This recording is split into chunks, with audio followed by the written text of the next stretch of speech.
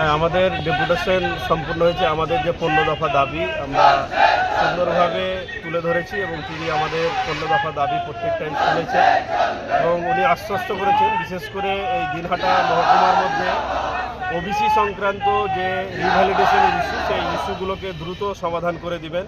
বিশেষ করে যাদের আর্জেন্ট আছে তাদেরকে দিনে দিনে, এবং বাকি সমস্ত যত অ্যাপ্লিকেশন আসবে ওবিসি রিভ্যালিডেশন সংক্রান্ত সেগুলো 7 দিনের মধ্যে কমপ্লিট করে দেবেন বলে আশ্বস্ত করেছেন। কিন্তু আমাদের যে মূল দাবি, যে ওবিসি নীতি পুনর্মূল্যায়ন করতে হবে, অর্থাৎ পূর্বের ওবিসি নীতি ফিরিয়ে দিতে হবে এবং স্বচ্ছ নিয়োগ প্রক্রিয়া করতে হবে। ক্যাম্পাসগুলোতে থ্রেড কালচার বন্ধ করে সুন্দর একটা পরিবেশ নিয়ে আসতে হবে।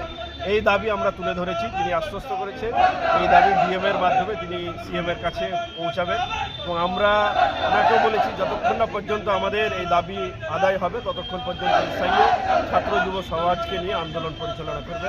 আমরা এসআইও পক্ষ থেকে মনে করি আমরা যে 15 দফা দাবি নিয়ে আন্দোলন করছি, এই 15 দফা দাবি অত্যন্ত গুরুত্বপূর্ণ এবং খুব প্রয়োজনীয়।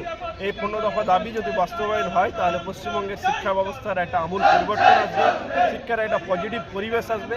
আর যদি সরকার টালবাহানা করে এই 15 দফা দাবিকে পিছিয়ে দেয়, ওবিসির যে আগের যে ক্রাইটেরিয়া ছিল সেই ক্রাইটেরিয়া যদি না ফিরিয়ে দেয়, তাহলে শুধুমাত্র 5 লাখ ছাত্রছাত্রী এর ভোগান্তি হবে না, একটা পুরো পশ্চিমবঙ্গের শিক্ষা ব্যবস্থার একটা কালো অধ্যায়, কালো দিন আমরা সামনে দেখতে পাবো। আমরা চাই না পশ্চিমবঙ্গ এই কালো দিকে চলে যাক। পশ্চিমবঙ্গ একটা সুন্দর সমৃদ্ধি পশ্চিমবঙ্গ তৈরি হোক, যার জন্য এই যে 15 দফা দাবি, এই দাবি যাতে রাজ্য সরকার মেনে নেয়। আমরা এসআইওর পক্ষ থেকে এই জোরালো আহ্বান। কি নাম হয়েছে এবং কি বলবেন? আমার নাম আব্দুল ওয়াকিল, সাধারণ সম্পাদক এসআইও পশ্চিমবঙ্গ।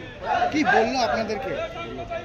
আমাদেরকে বলল যে যে সমস্ত দাবি আমরা করলাম, ওবিসি পুনর্বহল, সুষ্ঠু নিয়োগ প্রক্রিয়া এবং সুন্দর গণতান্ত্রিক ক্যাম্পাসের দাবিতে যে 15 দফা দাবি, এই 15 দফা দাবি তিনি ডিএম এর মাধ্যমে সিএম এর কাছে পাঠাবেন এবং দিনহাটা মহকুমার মধ্যে যত ওবিসি রিভ্যালিডেশন সংক্রান্ত ইস্যু অফিসে জমা পড়বে সেই ইস্যুগুলোকে উনি দ্রুত সময়ের মধ্যে সমাধান করবে।